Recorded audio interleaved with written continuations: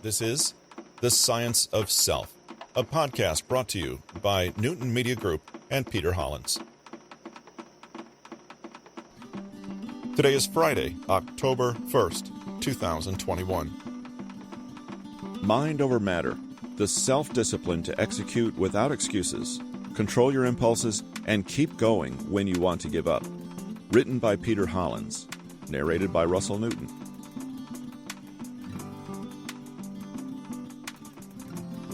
Know your discipline style. Something that's important to know before you engage in all this planning and scheming to achieve your goals is your style of discipline. And, of course, once you know, that's when you make it a habit. There are two primary approaches people take to self-discipline: moderation and abstinence. Each has its merits and negatives, and no approach works for everyone. Let's start with the definitions of these words. According to Oxford dictionaries, moderation is the avoidance of excess or extremes. You'll have only one scoop of ice cream. You know when you're too drunk to keep driving. You can limit yourself to 1 hour of television a day. Merriam-Webster defines abstinence as the habit of not doing or having something that is wanted or desirable. No ice cream allowed. No games, no television, no alcohol, no fun. Let's start with moderation. Moderation, if you can handle it, is a strategy to have your cake and eat it too. Eating dessert in moderation is a way to enjoy sweets without going overboard.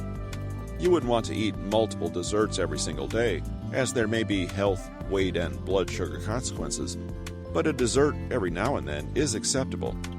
This is moderation in action.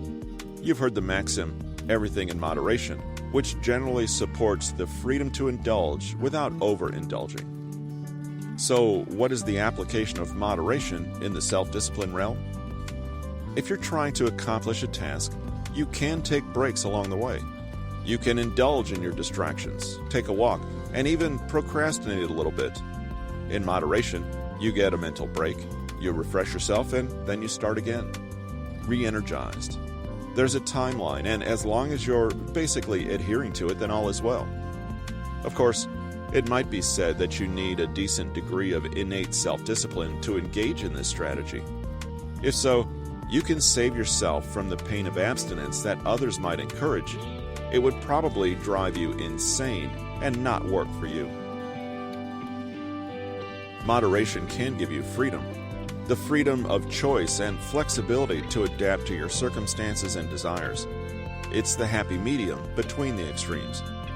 You don't have to go all or nothing when you're able to find that sweet spot in between.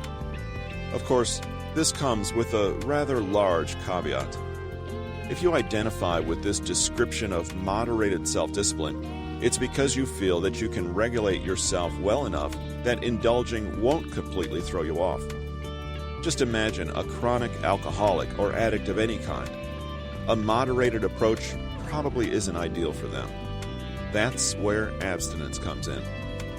For those with a weaker sense of self-discipline, an inability to regain focus in a timely manner, unfamiliarity with flexing their self-discipline muscle, or simply seeking a simpler approach, abstinence is the way to go. You might be able to stop the action itself, but it may occupy your brain afterwards for a detrimental amount of time. Thus, it's easier to set a blanket rule for yourself instead of having to rein yourself in, instance by instance, and negotiate with your desires and impulses. When you have to keep telling yourself no, a lapse in judgment is far more likely to occur than when you already know the answer is no. Sometimes complete lacking provides less suffering than having to stop before you're fully satisfied.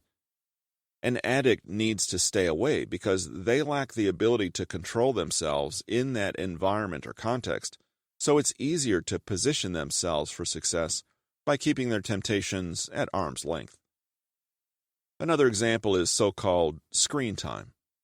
At times, it seems as if today's society has us in front of a screen all hours of the day. We have smartphones, tablets, television, laptops, and e-readers, and one of them is never more than an arm length away. While many people can moderate their screen time, not everyone has that ability. If you are a gamer, you may need to give up gaming completely in order to be able to function. Otherwise, the gamer can often be heard saying, "Just another round," or "Just another 5 minutes." Similarly, some people leave or give up social media for good because they know it's impossible to just hop on there for 30 seconds and push it completely out of their minds. Abstinence for some is the simplest, surest, and easiest approach. You don't have this struggle of trying to stop, rather just not starting. Abstinence can also offer you freedom. Freedom from tough choices, and freedom from punishing yourself for trying to moderate or control your behavior and potentially failing. What's the answer to improving self-discipline? Moderation or abstinence? Should you try to pick one over the other?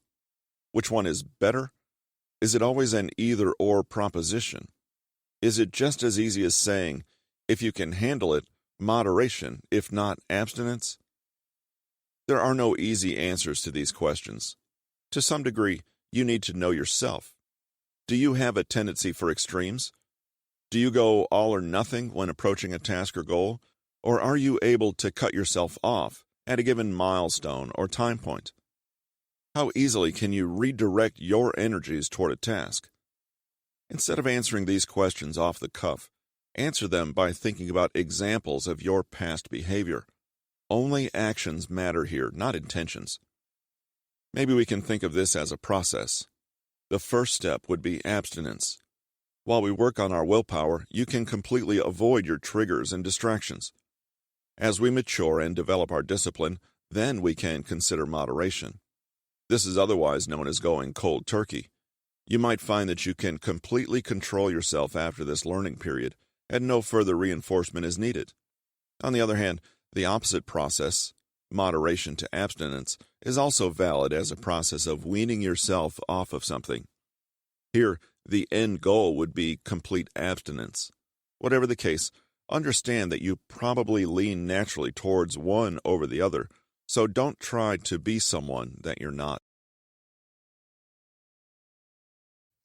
That is from Peter Hollins' book, Mind Over Matter, available now on Amazon and Audible at bit.ly/mindovermatterhollins.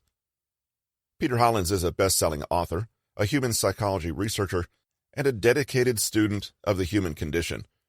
You can visit bit.ly/Peter Hollins to pick up your free human nature cheat sheet, 7 surprising psychology studies that will change the way you think.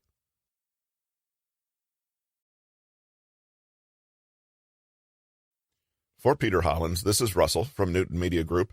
We appreciate you joining us today. Please take a moment and, if it's available, leave a review or a rating on your podcast provider.